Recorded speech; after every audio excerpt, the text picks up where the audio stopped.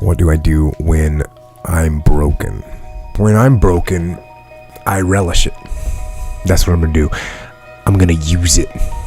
Because if I'm broken, then I just found my limitations. And until I know what my limitations are, how can I push them? How can I get better? But once I see it, once I feel it, once I see where I was broken, then I can attack that weakness. I can fill in that gap. I can reinforce that breach. If you break, it means it's time to fortify your will to make it stronger. There's all kinds of different ways to break. You can break physically, you can break mentally, you can break your heart, you can break your spirit, and none of those are fun, and all of those are gonna leave a mark. But the mark that they leave can be the mark of victory or it can be the mark of defeat. Because every time you break, and in every way that you break, while it's a chance, it's definitely a chance for you to give up and for you to just to fall apart. But there's also opportunity. There's opportunity to get stronger and get smarter and get faster and get tougher and get more stable and get more resilient and get better. When you break, you have the opportunity to show the world, the whole world, what you are really made of. So if you break, if you break, the fight isn't over. In fact, if you break, the fight is just beginning.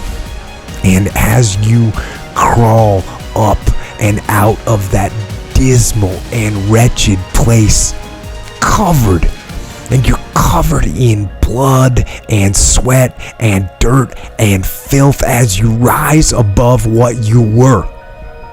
And as you take the form of who you are supposed to be, you will see that in the very act of standing up, in the very act of fighting on, you will become and you will remain unbroken. I'm not saying to put yourself down. I'm saying listen to the truth. And the truth isn't in the 20%.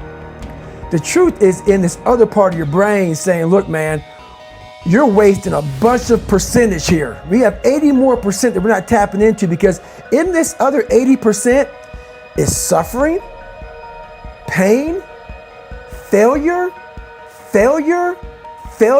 self-doubt, darkness, and then a whole bunch of light.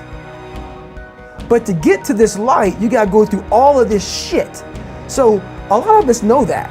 I can get over here, but over here, man, this is much better, because I gotta go through this journey that is not fun. This from 20 to 100%, this shit in between is not fun. So we decide to live over here. So everybody goes, how do you do that? You know exactly how to do that. You know exactly, it's not a magic trick. There's nothing I talk about in that book that's a magic trick.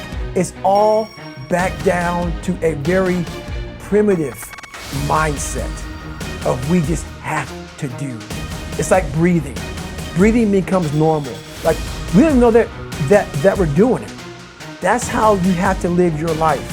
When that alarm clock goes off at 4 or 5 in the morning, your mind says no. You just say, this is what we do. It's what we do now. Because to get to where you want to go, the amount of pain involved, I'm not saying physical, I'm not saying you got to break yourself off.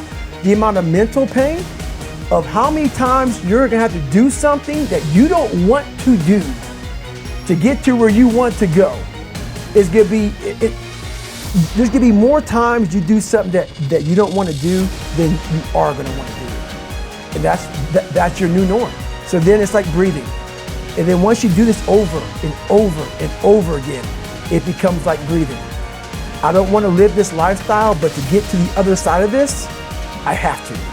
So if you really want it, you realize what trying is, and what trying is not.